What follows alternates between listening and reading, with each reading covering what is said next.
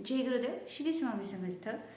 नोकरीमध्ये व्यवसायामध्ये बरकत मिळण्यासाठी तुम्हाला काय करायचं आहे, तुमच्या महिन्याच्या मिळकतीमधली 10% रक्कम तुम्हाला गोरगरिबांसाठी किंवा गरजू लोकांसाठी खर्च करायची आहे. पण डिरेक्टली कुणाला पैसे द्यायचे नाहीत. जर तुम्ही डिरेक्टली पैसे देताय तर ते लोक त्याचा वापर मद्यपान किंवा मांसाहार करण्यासाठी करतील आणि त्याचं पुण्य लागण्याऐवजी तुम्हाला पाप लागेल.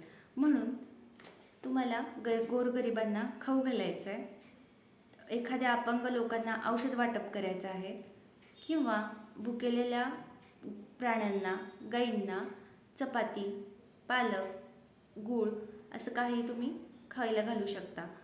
रोज पक्ष्यांना दाना पाणी टाका. दुसरी गोष्ट,